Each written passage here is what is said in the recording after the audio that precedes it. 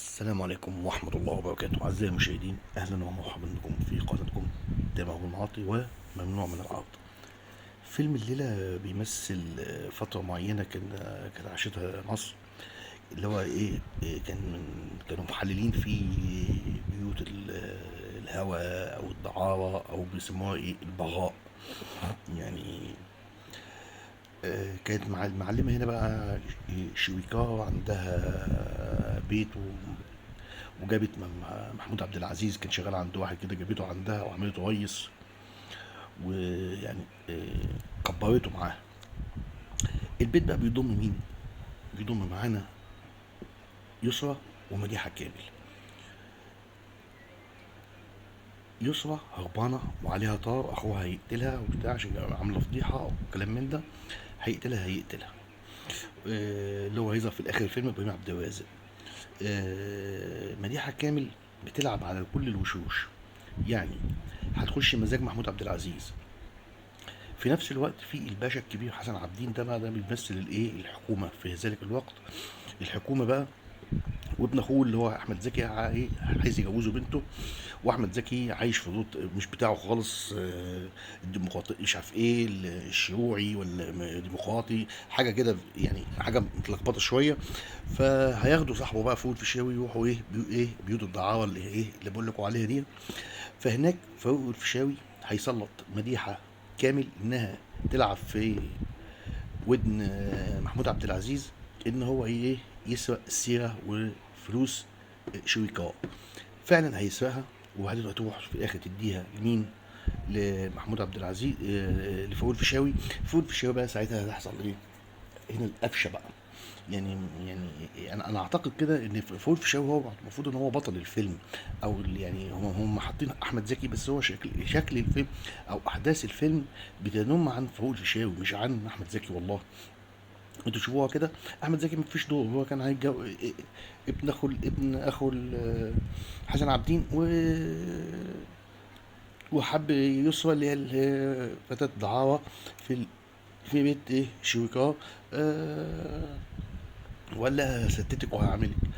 طبعا دول بقى شفتوا الصور اللي معايا دلوقتي. حسن عابدين ده هو وزير، بس ما كانش يحب يعرف يمارس الا لما يتهزق ويتعمل. طبعا كلكم فاهمين الموضوع ده، يعني حاجه قصه كده غريبه. وكان بيروح بيوت الدعاره دي. مين اللي هيشوفه؟ فؤاد الفيشاوي واحمد زكي هيشوفه. فهيسقط من نظر احمد زكي طبعا،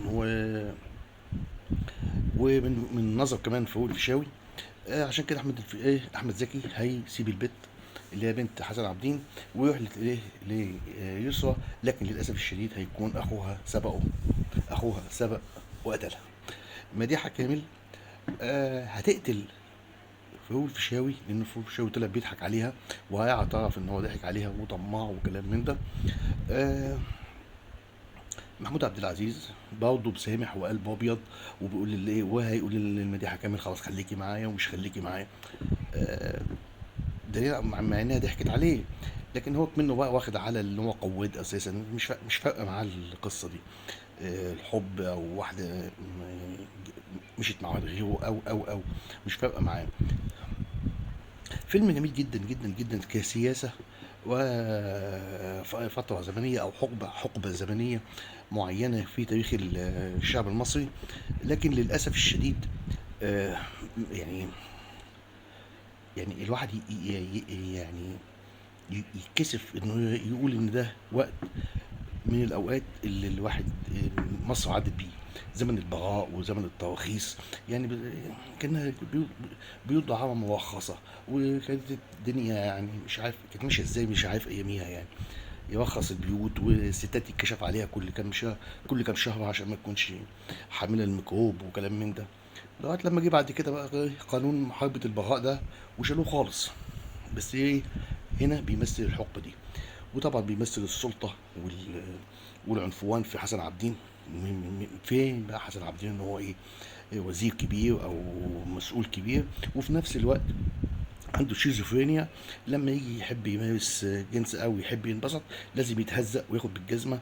فكان ده بيبعتوا له بنت الامل ابراهيم، هي اللي بتدي له وبتطوع له. قصه جميله وظريفه وخفيفه كده. ارجو انها تنال اعجابكم. آه ويا ريت الشير واللايك، ومستني تعليقاتكم كلكم. والسلام عليكم ورحمة الله وبركاته.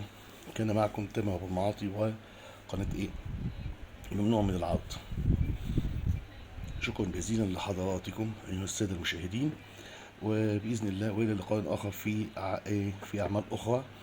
أرجو أن تنال إعجابكم، والسلام عليكم ورحمة الله وبركاته.